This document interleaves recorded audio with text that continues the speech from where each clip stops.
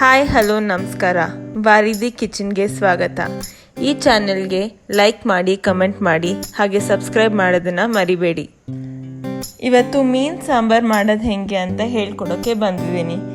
ಈ ರುಚಿಯಾಗಿರೋ ಮೀನ್ ಸಾಂಬಾರ್ ಹೆಂಗೆ ಮಾಡೋದು ಅಂತ ಕಲಿಯೋಕ್ಕೆ ಕೊನೆ ತನಕ ಈ ವಿಡಿಯೋ ನೋಡಿ. ತುಂಬ ಸುಲಭವಾಗಿ ಮಾಡ್ಬೋದು ಈ ಮೀನ್ ಸಾರನ್ನ. ಸೊ ಹೆಂಗೆ ಮಾಡೋದು ಅಂತ ನೋಡ್ಕೊಳ್ಳೋಣ ಬನ್ನಿ. ಬೇಕಾಗಿರುವ ಸಾಮಗ್ರಿಗಳನ್ನು ಲಿಸ್ಟ್ ಮಾಡ್ಕೊಂಬಿಡಿ. 1 ಕಪ್ ಟೊಮೆಟೊ, 1 ಕಪ್ ಕೊತ್ತಂಬರಿ ಸೊಪ್ಪು, 1 ಕಪ್ ಈರುಳ್ಳಿ, 1 ಕಪ್ ಕಾಯಿ ತುರಿ, 1 ಕಪ್ ಖಾರದ ಪುಡಿ ಚಿಕ್ಕ ಕಪ್ಪು, 1 ಚಿಕ್ಕ ಕಪ್ಪಲ್ಲಿ ಹುಣಸೆ ಹಣ್ಣು, ಸುಟ್ಟಿರೋ ಈರುಳ್ಳಿ 1, ಮೆಣಸಿನಕಾಳು 1 ಚಿಕ್ಕ ಕಪ್ಪಲ್ಲಿ, ಹಾಗೆ ರುಚಿಗೆ ತಕ್ಕಷ್ಟು ಉಪ್ಪು, 1 ಚಿಕ್ಕ ಕಪ್ಪಲ್ಲಿ ಬೆಳ್ಳುಳ್ಳಿ ಮತ್ತು ಎಣ್ಣೆ, ಹಾಗೆ ಸಾಲ್ಟ್ ಹಾಕಿ ತೊಳೆದಿರೋ 2 kg ಫಿಶ್. ಮೊದಲಿಗೆ ಮಸಾಲೆ ರುಬ್ಕೊಂಡ್ಬಿಡೋಣ. ಫಸ್ಟು ನಾನು ತುರಿದಿಟ್ಕೊಂಡಿರೋ ಕಾಯಿನ ಮಿಕ್ಸಿ ಒಳಗಡೆ ಹಾಕ್ಕೊಳ್ತಾ ಇದ್ದೀನಿ. ನೆಕ್ಸ್ಟು ನಾನು ಸಿಪ್ಪೆ ಬಿಡಿಸಿಟ್ಕೊಂಡಿರೋ ಬೆಳ್ಳುಳ್ಳಿನ ಹಾಕ್ಕೊಳ್ತಾ ಇದ್ದೀನಿ. ನೆಕ್ಸ್ಟು ಕಟ್ ಮಾಡಿರೋ ಈರುಳ್ಳಿನ ಅರ್ಧ ಕಪ್ ಹಾಕ್ಕೊಳ್ತಾ ಇದ್ದೀನಿ. ನೆಕ್ಸ್ಟು ಕೊತ್ತಂಬರಿ ಸೊಪ್ಪು ಫುಲ್ ಕಪ್ಪನ್ನ ಬಳಸ್ಕೊತಾ ಇದ್ದೀನಿ. ಮೆಣಸಿನಕಾಳು ಅರ್ಧ ಕಪ್ಪನ್ನ ಪೂರ್ತಿ ಹಾಕ್ಕೊಳ್ತಾ ಇದ್ದೀನಿ.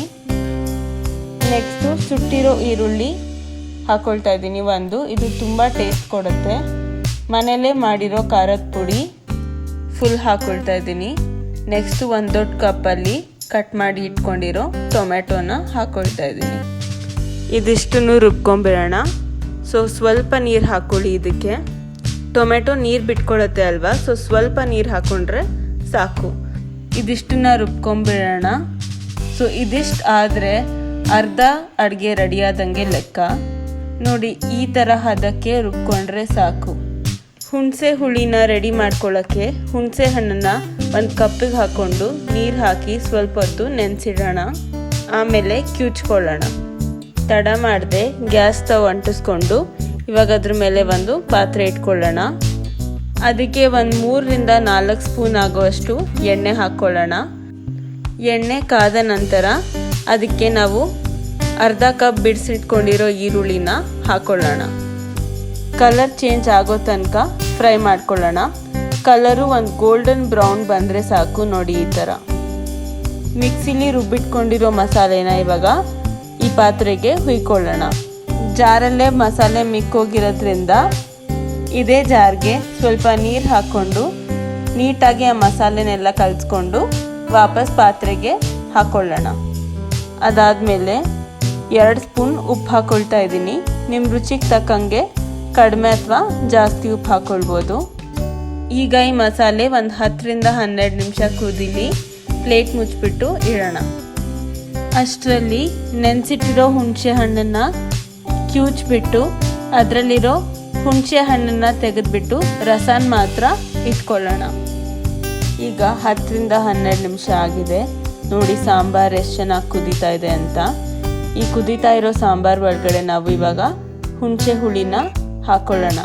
ಹುಣಸೆ ಹುಳಿ ಎಷ್ಟು ಜಾಸ್ತಿ ಇದ್ರೂ ಅಷ್ಟು ಒಳ್ಳೆಯದು. ಏಕೆಂದರೆ ಮೀನು ಸಾರಿಗೆ ಹುಣಸೆ ಹುಳಿ ತುಂಬ ಇಂಪಾರ್ಟೆಂಟ್. ಇದೇ ಜಾಸ್ತಿ ಟೇಸ್ಟ್ ಕೊಡೋದು. ಒಂದು 2-3 ನಿಮಿಷ ಬಿಟ್ಟ ಮೇಲೆ ಇವಾಗ ನಾವು ತೊಳೆದಿಟ್ಕೊಂಡಿರೋ ಫಿಶನ್ನು 1 by 1 ನೀಟಾಗಿ ಎಲ್ಲ ಕಡೆ ಸಾಂಬಾರು ಒಳಗಡೆ ಹಾಕ್ಕೊಳ್ತಾ ಹೋಗೋಣ. ಒಂದೇ ಕಡೆ ಹಾಕಬೇಡಿ. ಸಾಂಬಾರು ಸುತ್ತಲೂ ಬೇರೆ ಬೇರೆ ಕಡೆ ಫಿಶನ್ನು ಹಾಕ್ಕೊಳ್ತಾ ಬನ್ನಿ. ಮೀಡಿಯಮ್ ಫ್ಲೇಮಲ್ಲೇ ಇಟ್ಕೊಳ್ಳೋಣ. ಯಾಕೆಂದರೆ ಫಿಶು ತುಂಬ ಬೇಗ ಬೆಂದುಬಿಡುತ್ತೆ. ಹಾಗಾಗಿ ಇದನ್ನು ನಾವು ಒಂದು 5 ರಿಂದ 7 ನಿಮಿಷ ತನಕ ಕುದಿಸೋಣ. ಅಲ್ಲಿ ತನಕ ನಾವು ಇದಕ್ಕೆ ಒಂದು ಪ್ಲೇಟನ್ನು ಮುಚ್ಚಿಬಿಟ್ಟು ಇಡೋಣ. ಈಗ ಒಂದು 7 ರಿಂದ 8 ನಿಮಿಷ ಆಗಿದೆ. ನೋಡಿ ಎಷ್ಟು ಚೆನ್ನಾಗಿ ಕುದೀತಾ ಇದೆ ಅಂತ.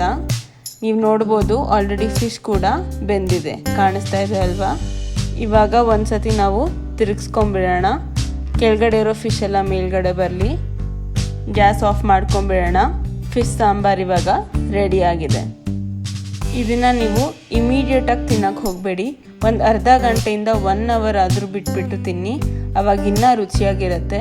ಬೇಕಾದ್ರೆ ಬೆಳಗ್ಗೆ ಮಾಡಿದ್ದನ್ನು ರಾತ್ರಿ ಇಟ್ಕೊಂಡು ಬೇಕಾದ್ರೆ ತಿನ್ನಿ. ಅವಾಗ ರುಚಿ ಜಾಸ್ತಿ ಆಗಿರುತ್ತೆ. ಇನ್ನು ಈ ರೆಸಿಪಿನ ನೀವು ಮನೇಲಿ ಟ್ರೈ ಮಾಡಿ ಕಮೆಂಟ್ ಸೆಕ್ಷನಲ್ಲಿ ಹೆಂಗಿದೆ ಅಂತ ನಮಗೆ ತಿಳಿಸಿ. ಇದನ್ನು ನಿಮ್ಮ ಫ್ಯಾಮಿಲಿ ಮತ್ತು ಫ್ರೆಂಡ್ಸ್ ಜೊತೆ ಕೂಡ ಈ ರೆಸಿಪಿನ ಶೇರ್ ಮಾಡ್ಕೊಳ್ಳಿ.